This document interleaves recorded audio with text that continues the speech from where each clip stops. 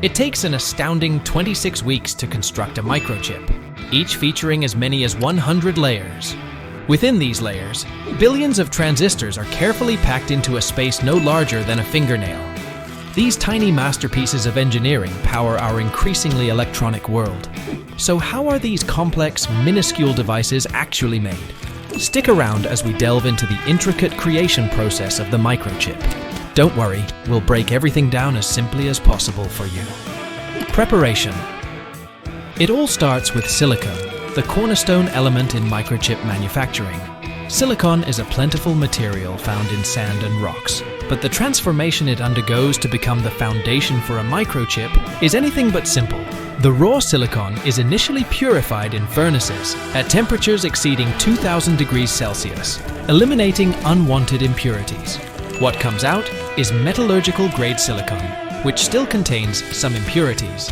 The next step is to further purify this into electronic grade silicon through a process called the Siemens process. Here's where it gets interesting. This method exposes the silicon to repeated cycles of chemical reactions and distillations, reducing impurity levels to less than 1 part per billion. Yes, you heard it right. A whopping 99.9999999% purity is achieved.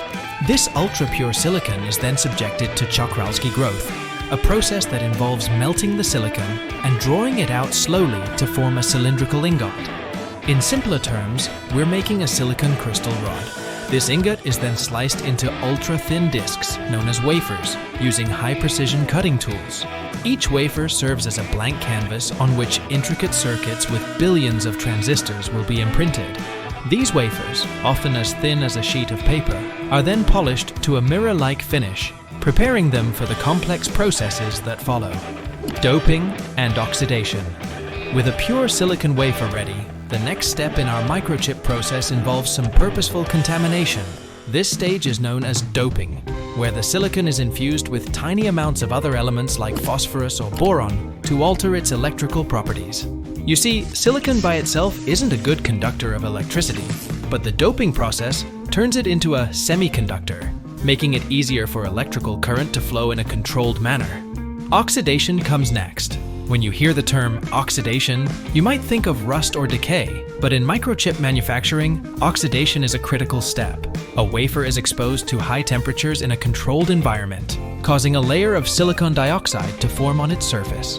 This silicon dioxide layer acts as an insulator, providing a base for building complex electrical components. For those of us who aren't electrical engineers, think of doping as adding seasoning to a dish.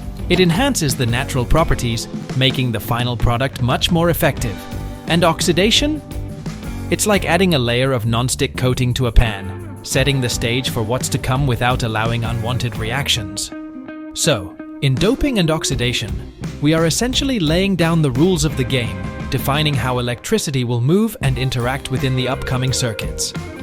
Photolithography. After the wafer is primed through doping and oxidation, it's time to imprint the circuit patterns.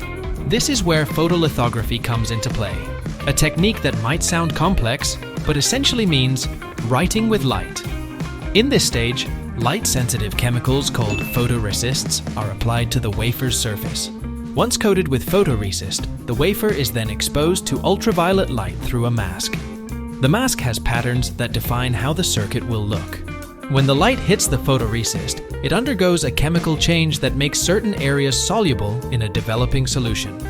To put it simply, the light sketches the circuit design onto the wafer. After this exposure, the wafer goes through a development process where the unexposed areas are washed away, leaving behind a precise imprint of the circuit. This pattern acts as a guide for the subsequent steps of ion implantation and chemical etching, which we'll get into next. With the circuits mapped out, the wafer is one step closer to becoming a functioning microchip, capable of powering the electronic devices we can't seem to live without. Etching. After the patterns have been set through photolithography, it's time to carve them into the wafer's surface, and for that we turn to etching. Imagine etching as sculpting, but on a microscopic level. The idea is to remove excess material, leaving only the design imprinted by the photolithography process. There are two main types of etching: wet and dry. In wet etching, The wafer is submerged in a chemical solution that dissolves the unwanted areas.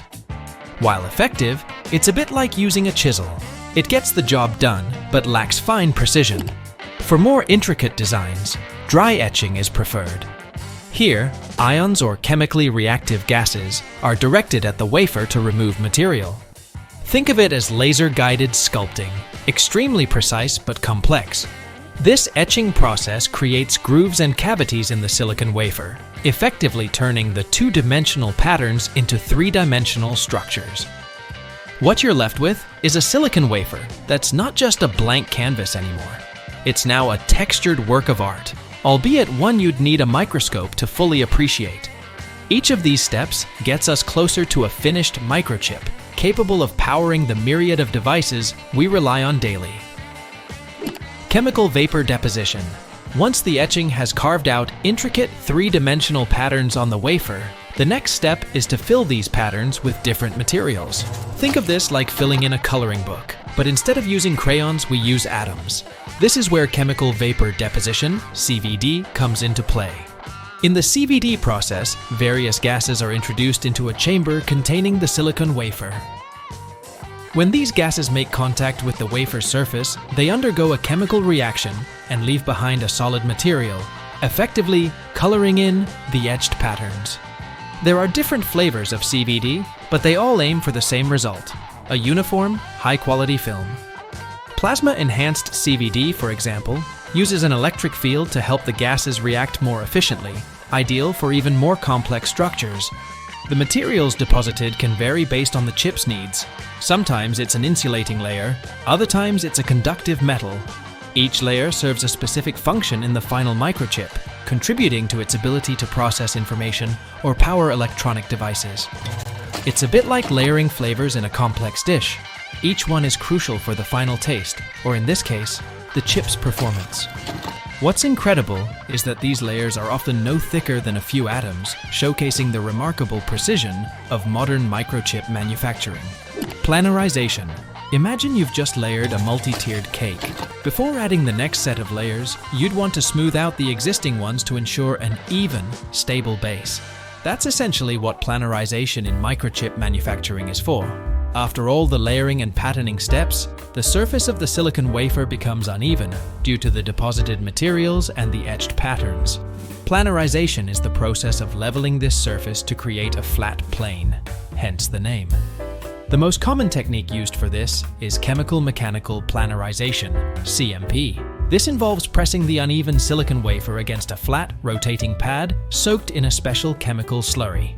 As the pad spins, it grinds down the high spots on the wafer, while the chemical slurry helps to fine-tune the process, ensuring a mirror-smooth finish. Why is this flatness so crucial? Well, any imperfections or unevenness can lead to errors in the subsequent steps of microchip fabrication. Given that we're working at the scale of nanometers, even the tiniest irregularity could throw off the entire chip's function. Through planarization, manufacturers can proceed with additional layers or intricate circuit designs, knowing that they have a perfectly flat canvas to work on. This step might not sound glamorous, but it's essential for the reliable functioning of the final microchip.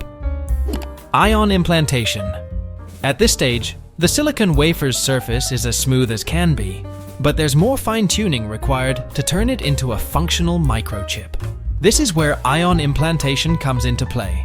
It's a process of injecting ions, atoms that have lost or gained electrons, into the silicon wafer to modify its electrical properties. In simpler terms, think of ion implantation as seasoning a dish.